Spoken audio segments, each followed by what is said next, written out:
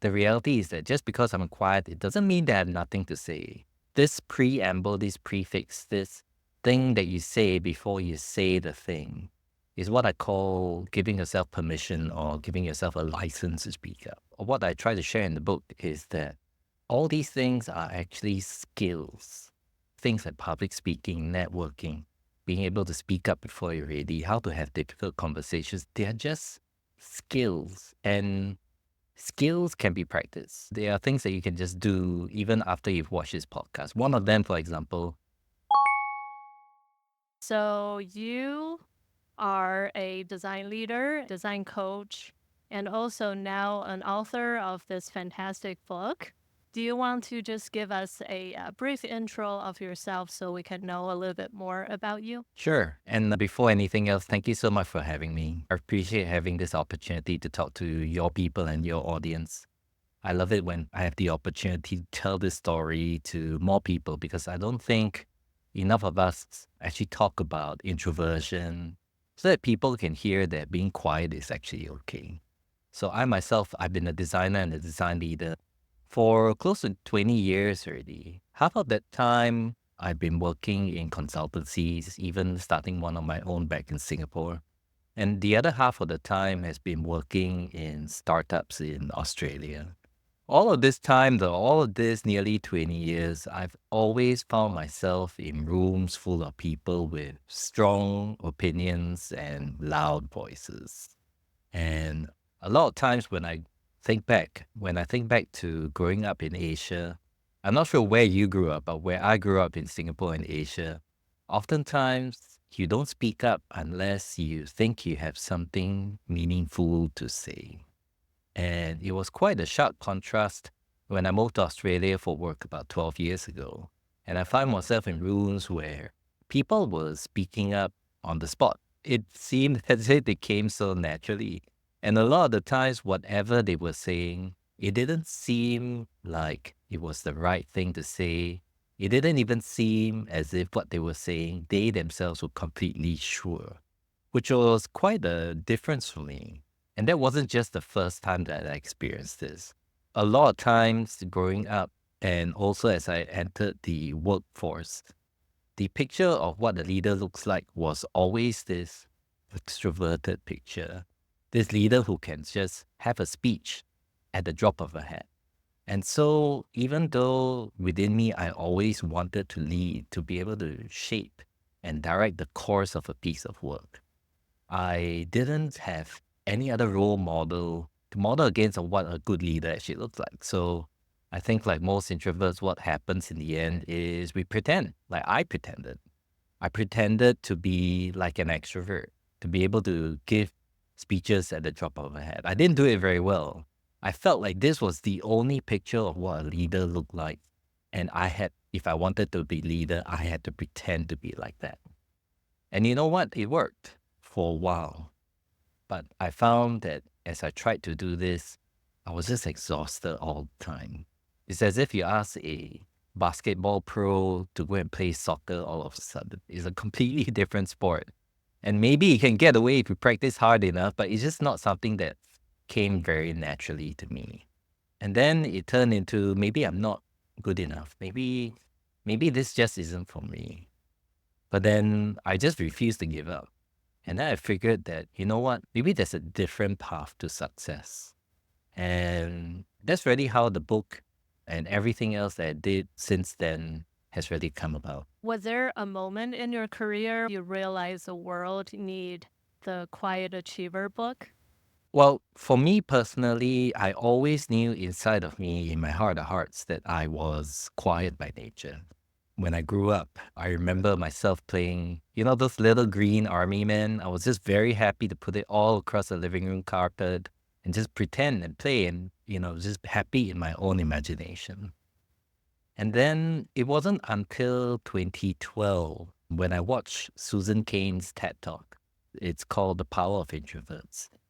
It wasn't up until then that I even had the vocabulary, the words to describe the way that I was. And it was from watching that video that for the first time I really felt seen. And so As time went on in my career, I reached a point where I felt like I had something to give back. And that's where my first talk came about. It was called Design Leadership for Introverts. And giving that talk for the first time back in 2019, it was horrible. It's the first time I'd ever done public speaking.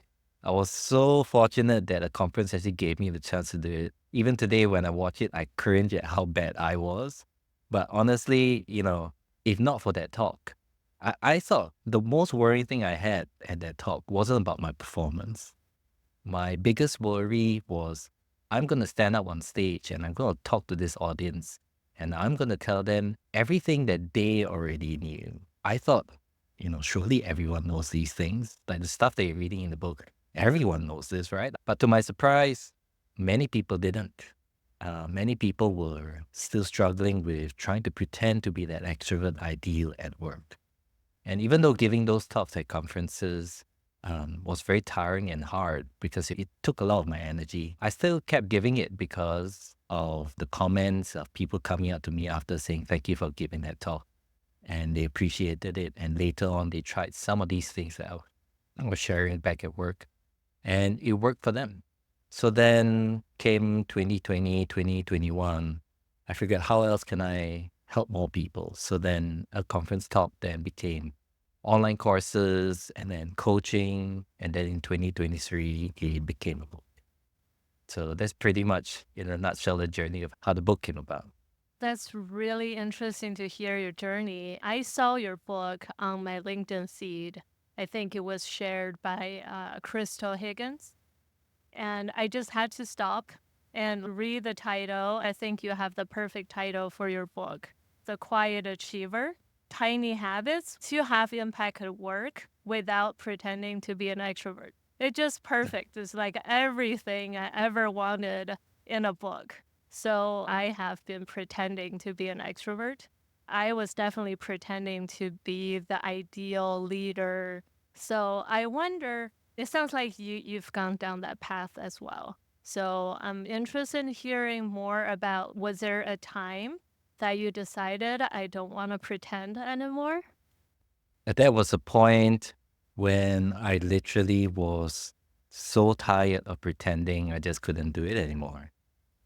I think part of the reason why I wrote the book is that for more people to actually self-identify that, no, this is who I am, and then realizing that it's okay.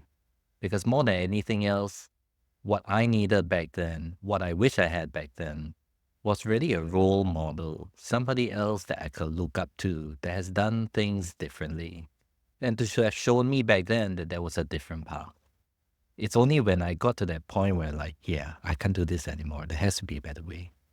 And that's when I realized that all these other little things that I did, having one-on-ones instead of having big group meetings, trying to network online rather than going to networking events, learning how to speak up in meetings so that people can hear my ideas, even if they are not ready yet.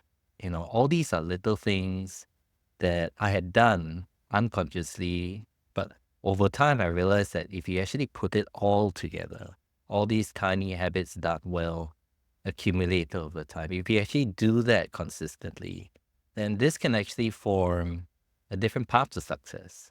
It doesn't look anything like the extroverted model of what leadership looks like. You still, from time to time, have to do public speaking to get your message out, but it's not all of the time. I'm a lot more comfortable in the person that I am today because the habits that I'm practicing in my leadership feel a lot more natural. Something people say to me is when we have conversations just like this one, they say it feels very authentic. The reason why it feels authentic is because this is who I am. I'm not trying to pretend to be somebody else anymore. This is who I am. I'm speaking from the heart. And these are habits that I practice myself every single day. I think the important thing to take away is this: when you find your own path and you find your own way in your leadership journey, a lot of things become way easier because you are no longer pretending to be someone that you're not. You're just showing up every day as your full authentic self. I always struggled with finding the balance between like when do you need to push yourself a little bit more?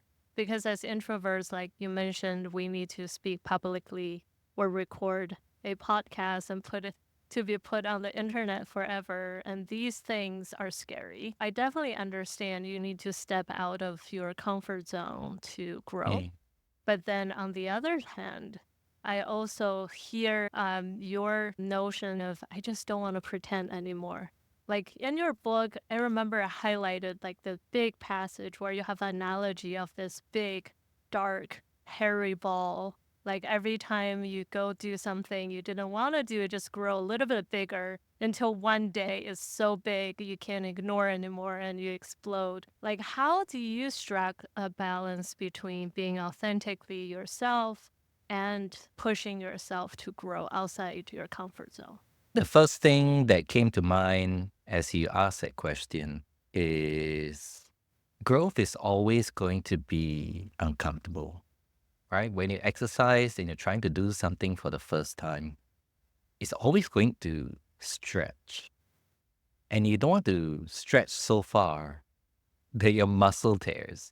You want to stretch it a little bit. It has to be a Right? challenge, right? It has to be a Right. challenge. Okay. It can't just be, I'm lifting weights every day, I don't know, 1 kilo, and I feel like it's really good, but I'm not developing it. Maybe one next day you do 1.5. You don't do 1 till 5 and then 1 till 10. So every day has to be a little bit of a stretch. So that's the first thing I say. Growth will always be uncomfortable. The second thing I'll say is that a lot of these things, like public speaking, networking, I found myself in the beginning that I thought these were all very close to who I was, my identity. Like it was, I can't do public speaking well because I'm an introvert. This is who I am, and therefore I can't do it well. But I think what I try to share in the book is that all these things are actually skills.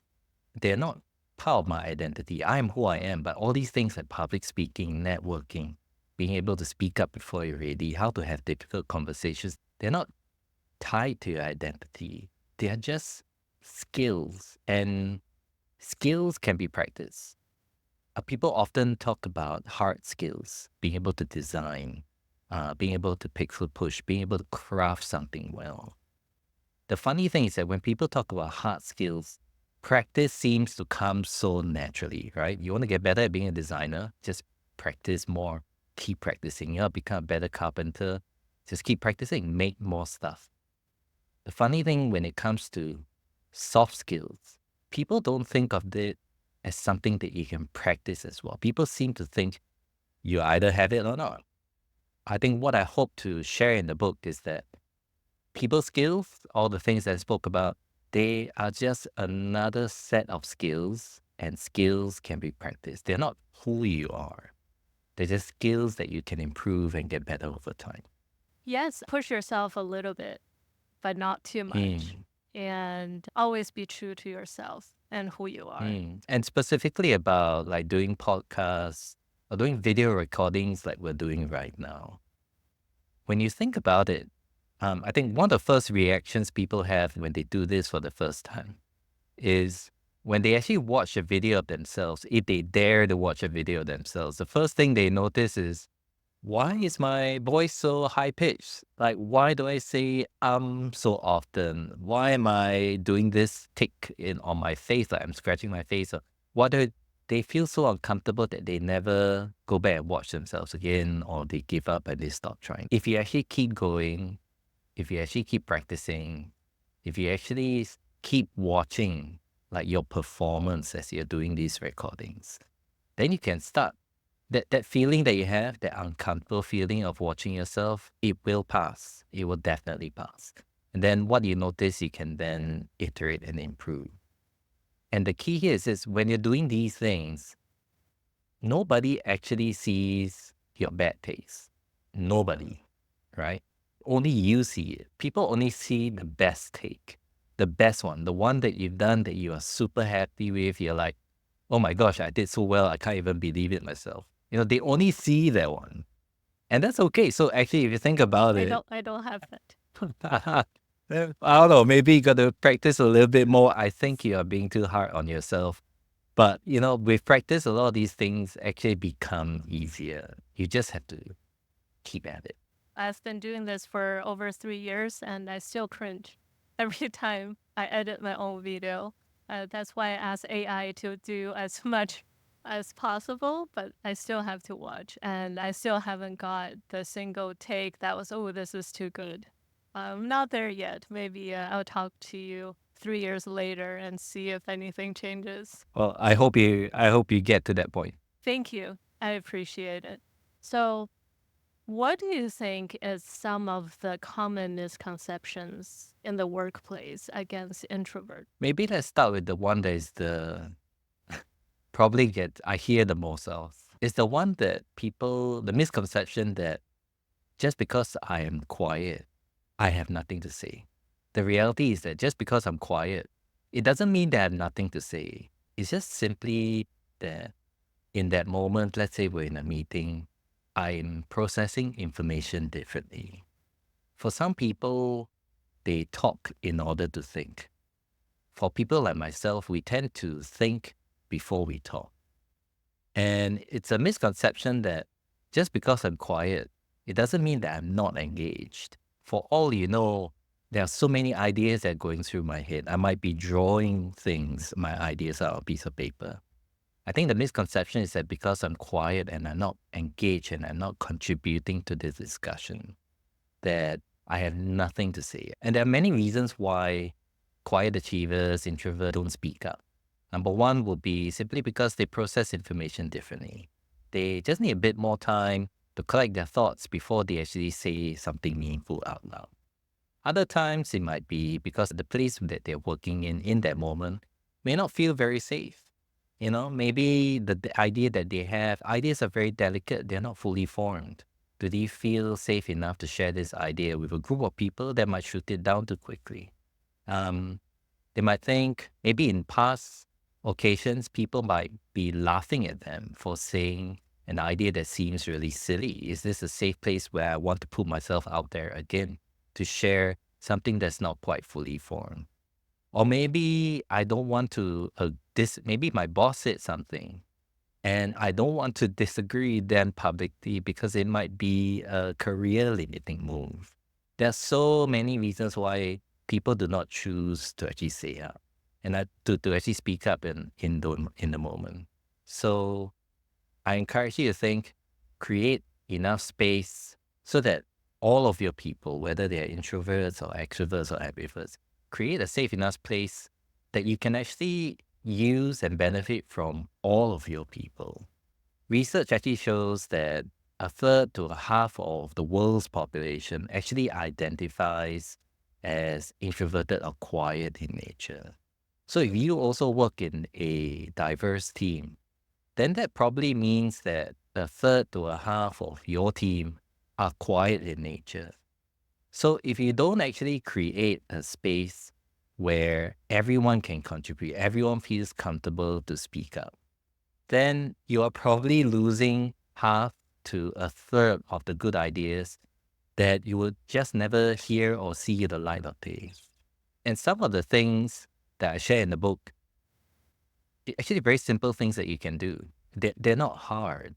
A lot of the habits that I share in the book, they're just very practical. They are things that you can just do even after you've watched this podcast. One of them, for example, if you're in a team meeting, a lot of times people don't send agendas beforehand. You show up to a meeting, there is no agenda, and then people start talking. Why not send the agenda beforehand?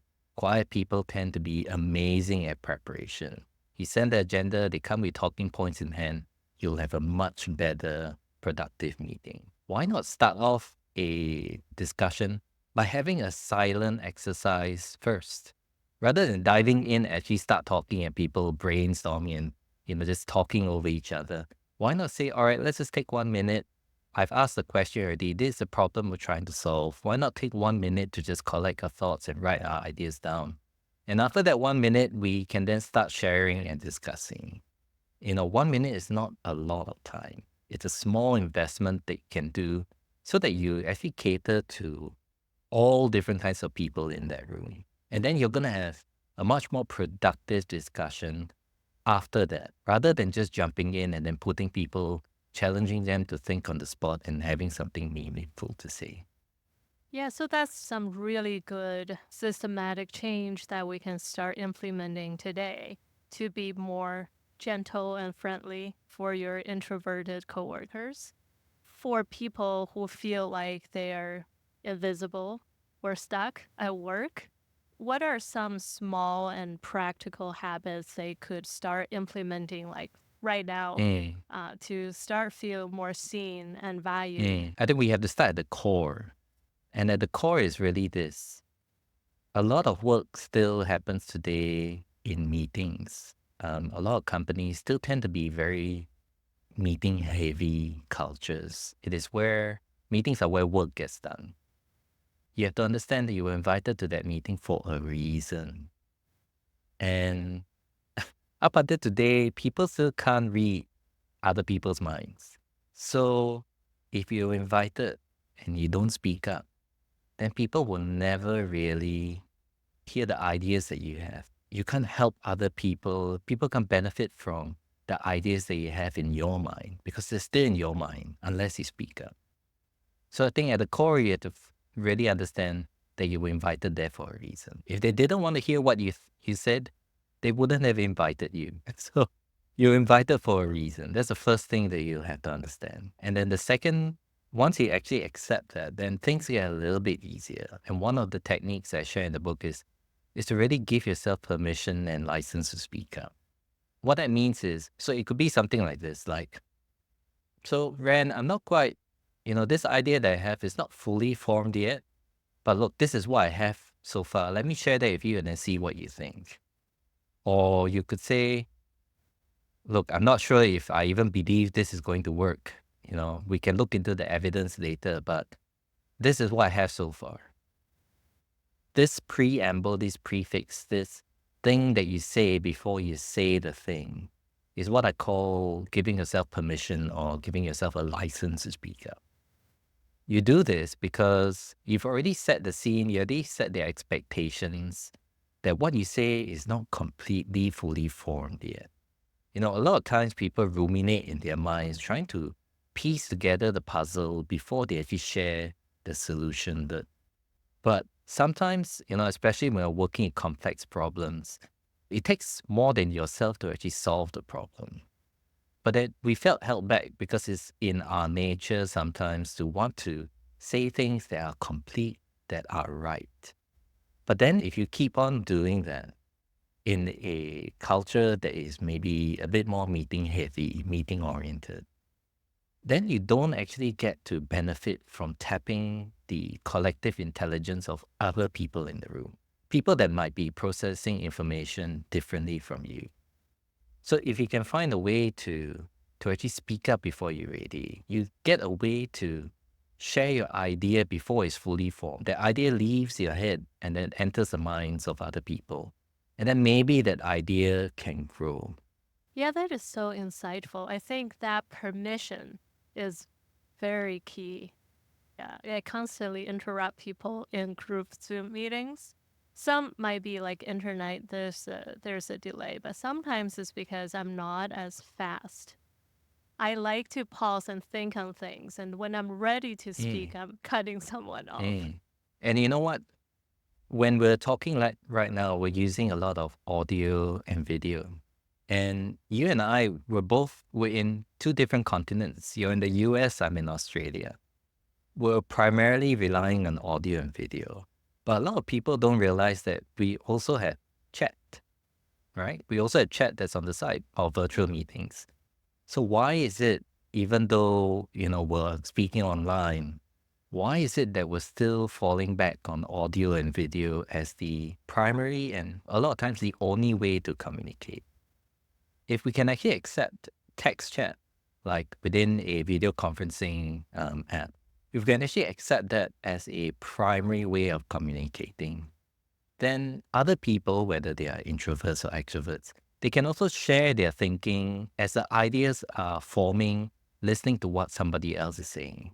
You can do that on chat without interrupting the main conversation that is happening. You also get to put the idea out there that somebody else who can see can actually see and pick up on your idea as well. And I also want to add to your suggestion, which is the raise hand function. I find myself use that a lot so that I can raise my hand every time I feel like I'm ready, but not necessarily cut someone. Mm. I do both. So I actually raise my hand and I press the button as well just to get someone's attention.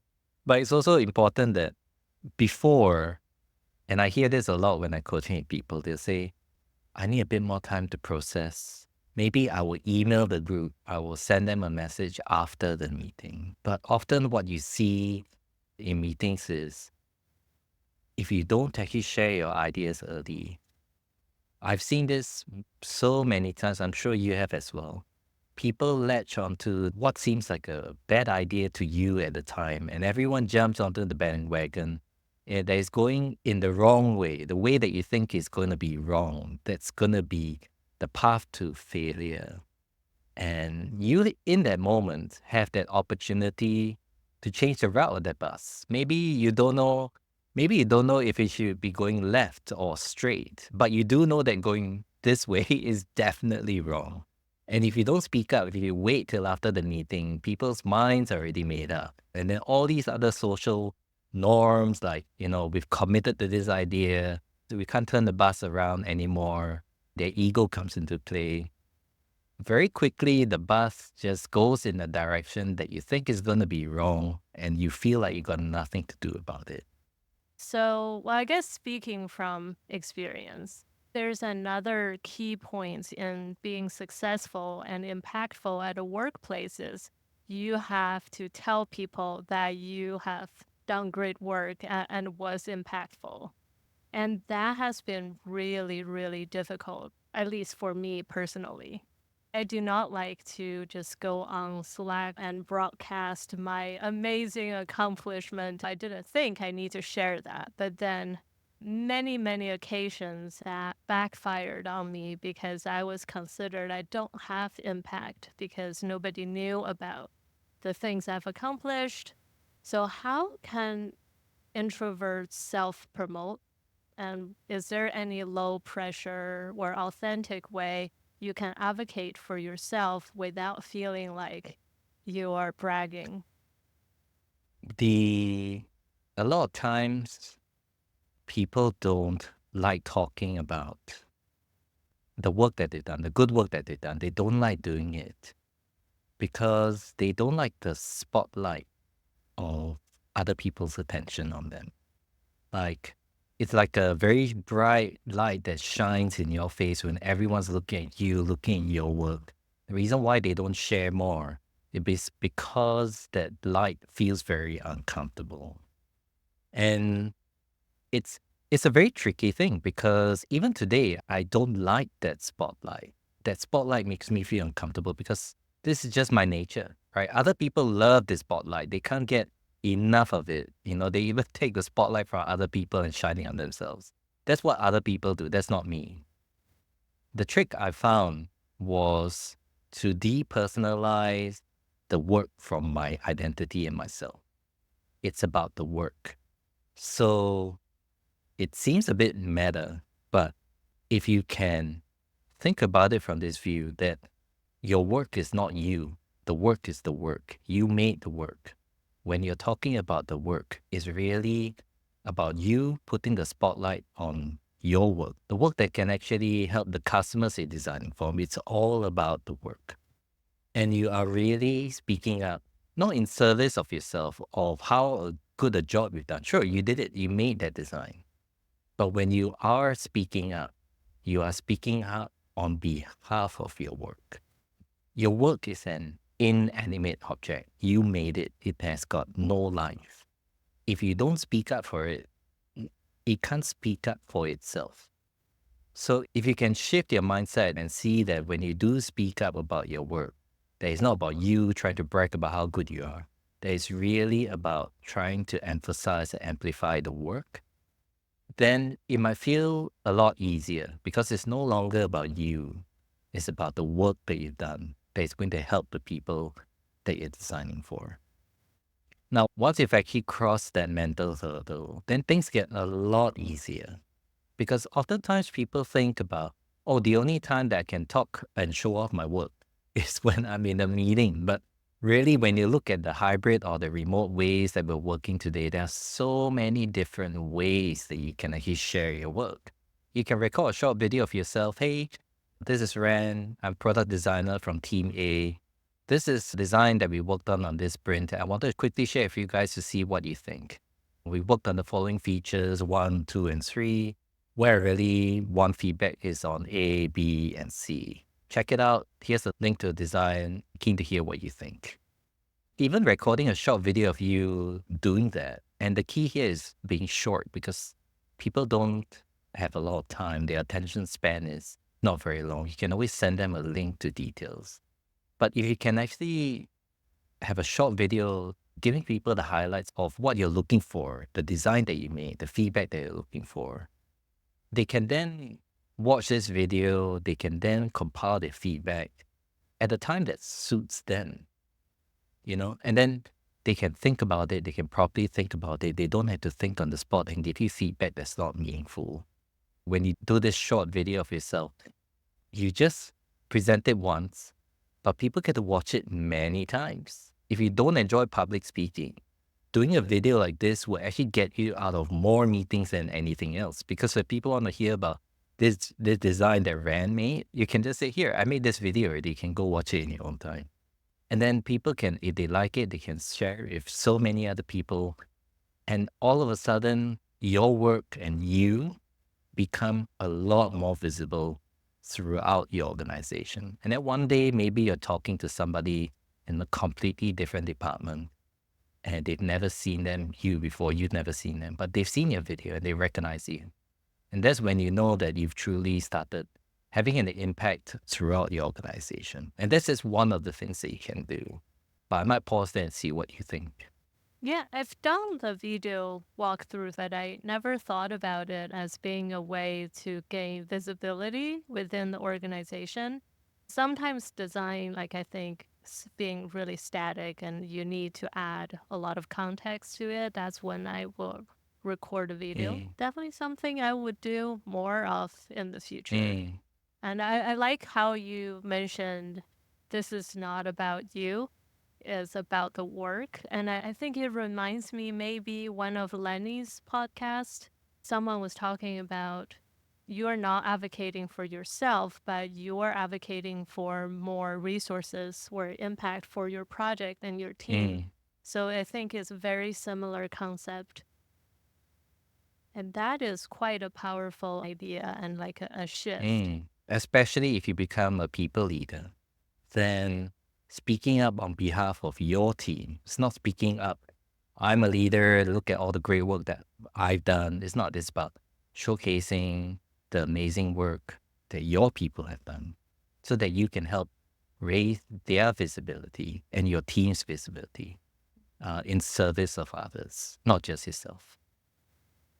Yeah, I think that's probably easier for me to do. I don't lead a team of designers right now, but I feel like if I were, it will be easier because I'll be highlighting other people. Mm, yeah. I hope it works for you. Thanks. It's like live coaching on the internet. Yeah. So speaking of coaching, I wonder if you have any success stories that you can share from readers who read your book or your coaching clients that applied some of these tiny habits and have significant improvements in their work impact and life. I had time to prepare for this, which was great.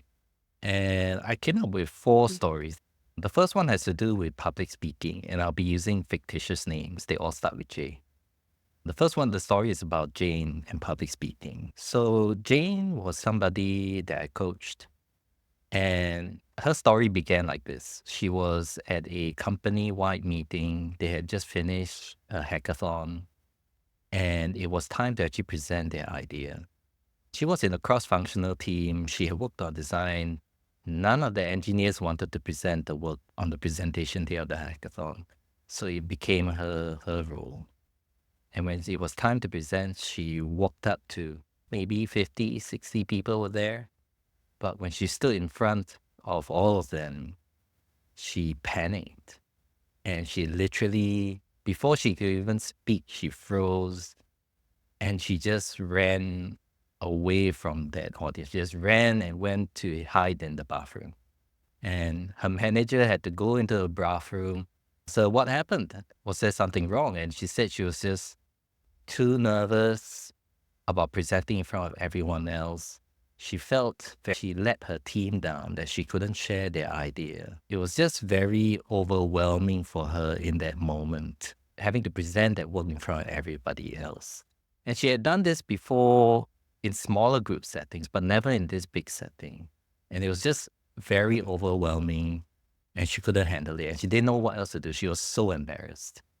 I met her about 2 weeks later. She went through a cohort course for about a month where we went through different topics like this, like public speaking, handling difficult conversations. And she was very diligent. She had a real drive to actually practice a lot of these habits because she had just gone through this monumental failure and she didn't want to fail that way again. So fast forward, it's been what, 2, 3 months after the course. I then get a text message from her on LinkedIn. Say, "Oh my God, Tim, like I need your help." I was like, "What happened?" And she said, "I did what you asked." I said, "What did you do?" She said, "You know how you said if there's a public speaking opportunity, I should raise my hand and say yes if I know it's going to be good for me?" I said, "Yeah." And she said, "Well, I did it. And it's going to be on Friday. It's going to be a panel speaking event. I'm going to be there with 2 other people. I don't know what to do." So I said, "Okay, first of all, great. You say yes. You know that the opportunity is going to be good for you. Excellent. Now, let's work through the problem then." And then we work through, all right, what are the things you're going to talk about? Who is the audience going to be? Why do they want to hear you? Why did the person choose you to be on that panel? I think the thing that made the biggest difference for Jane was realizing that the hard part was already done. She was invited to a panel for a reason. And she's there to share. And the audience who are coming really want you to succeed on that stage. They want to hear your success story. And I think realizing that in her head, that, she's there to actually share so that she can help other people level up. I think that was the thing that made the switch for her in her mind, that it's not just about, what if I fail? What if I stutter? What if I don't perform well? Everything else that we go through, like speaking slower, taking notes, all those are practical skills that you can learn and practice. But I think the shift really occurred when she realized that she's there for a reason, is to help other people level up, that the audience actually wants her to succeed. I think as soon as she believed that, she started to feel less nervous. And I think she did really well. So that was the first story around public speaking. I'm very impressed she raised her hand and she applied for that before she was ready for it. Then she panicked afterwards. It's so much better advice than all the common public speaking one, like imagine all the audience are naked. It's like I don't want to imagine anyone naked. The second one I can think of, let's call the person John. John, very talented designer. You look at his work. You know how I said work doesn't speak for itself, but you look at John's work, it's just amazing. Like, how can, surely it speaks for itself. But he wasn't landing in. He was getting to interviews, but not making it through. His challenge was really understanding how to talk about his work. He would start off, people would say, "Tell me a bit more about yourself." And then he'll start rambling about all things that he's done for like 10, 20 minutes. He's not even sure why he's sharing the things that he's sharing. So really with John, it was about learning that an interview is a process, and a process that comes in many rounds. Each round has a purpose, from talent acquisition to walking through your portfolio. The main thing that I helped John with was structuring so that you can talk about your work in less than 5 minutes. And then giving the interviewers time to actually dig deeper into areas they interest them.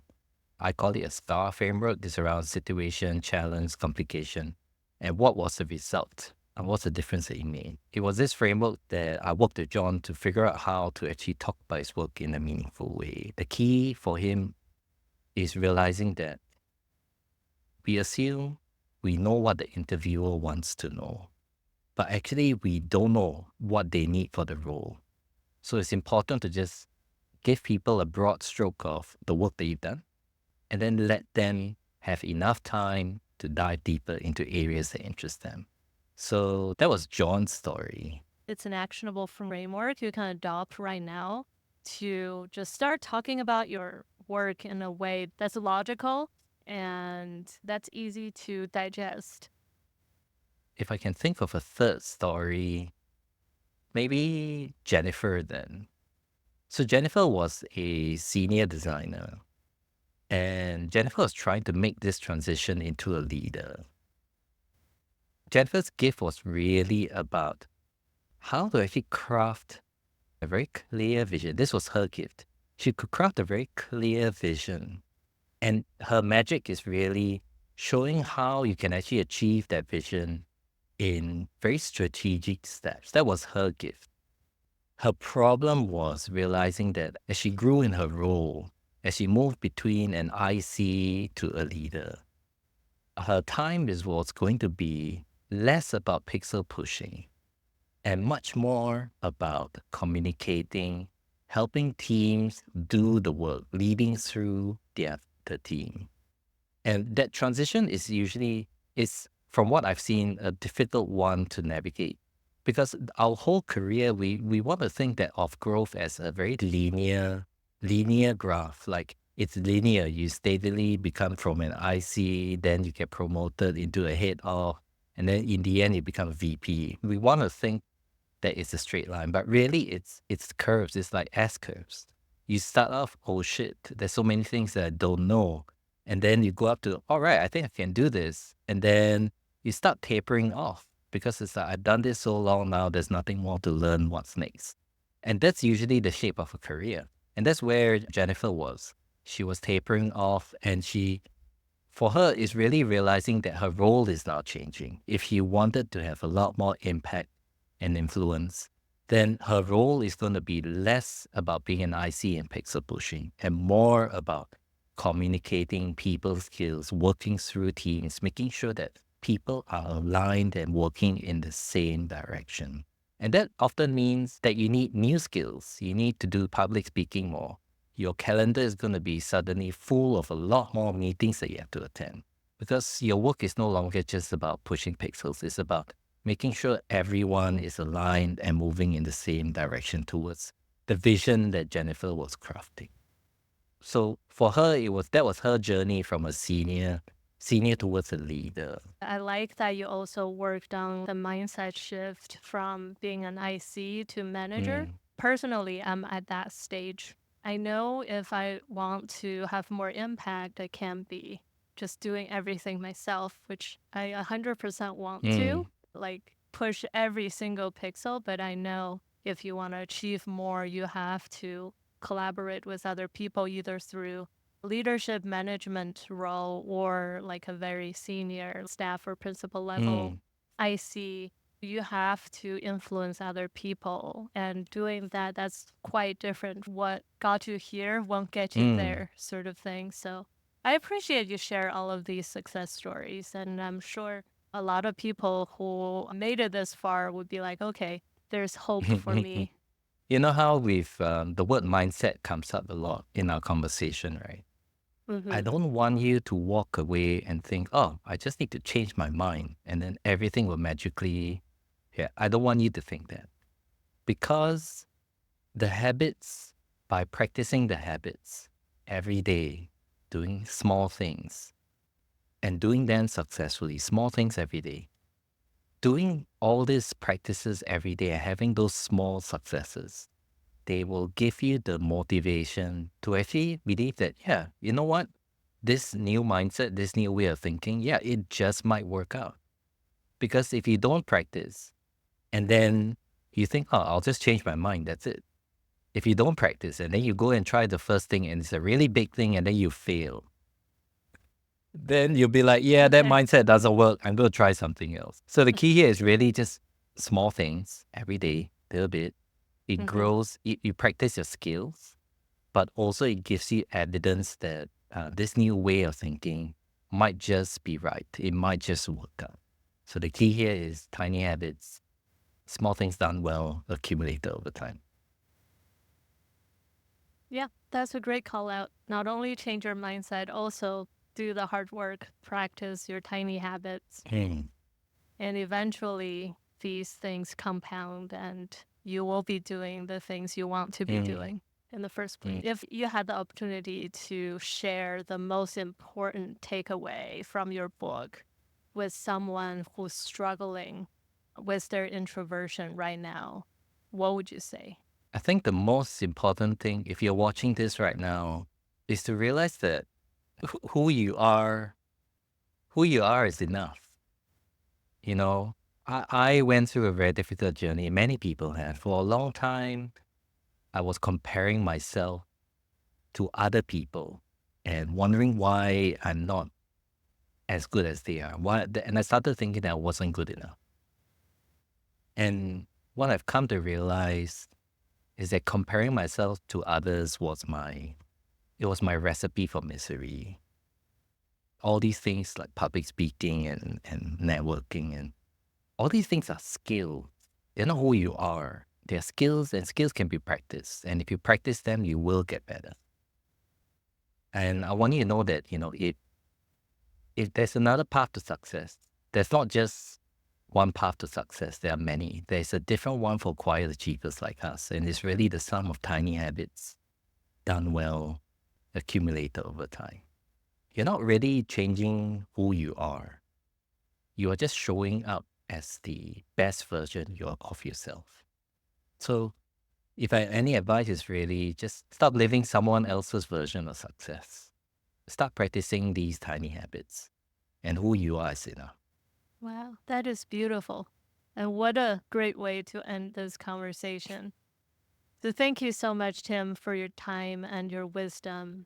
Is there any ways that we and the listeners can support you? So you've shown the book earlier. This is my personal copy of the book. But earlier this year in August, I launched a Yes. book, The Quiet Achiever. If you like this topic, check the book out. You can Google for The Quiet Achiever and my name, Tim Yeo. It should be one of the first results in Google. They're available in all the kinds of books that there are, hardcover, paperback, ebook, audiobook. The audiobook was actually narrated by me. It was recorded over there in the other room in my closet. So if you want to listen to more of my voice, you can get the audiobook as well. You can buy it directly from my website, or you can get it through Amazon, Audible, Spotify. So that's probably the first thing. I also have a newsletter and I'm on social media. So if you want to hear more from me, do sign up on my website. You can also ask me a question. So I started this about a month ago on LinkedIn, where there's a post that's pinned on my profile. If you have a question you'd like to ask me, whether it's about a challenge that you're struggling with at work, ask me the question and I will answer it. I will answer it using a video. So if you want to remain anonymous, that's fine. You can send me a DM, ask me a question. The important thing is that you ask me a question and I'll find a way to answer it to you. And there's probably one last thing that I'll share, which I know during this talk, we've actually spoken a lot about practice. Since I launched this book in August, it's been maybe 4 months now, but quietly since October, I've been quietly working on a new product that's centered around practice. Because reading the book is very good, but I've come to realize that if I don't put it into practice, then no real change will actually happen. Which is what this new product is all about. It's all about practice, and I'm calling it 30 Habits in 30 Days. So if you sign up, every day you get an email. The email will have one tiny habit that you can practice for the day. Each practice takes you no more than 5 minutes. And at the end of 30 days, you would have practiced 30 habits. And you don't do it on your own. You also do this with other quiet achievers. You can see them practicing their exercises along with you. So if you're interested in that, check out the link. Fabulous. And everybody, I will share everything in the description. Please check it out.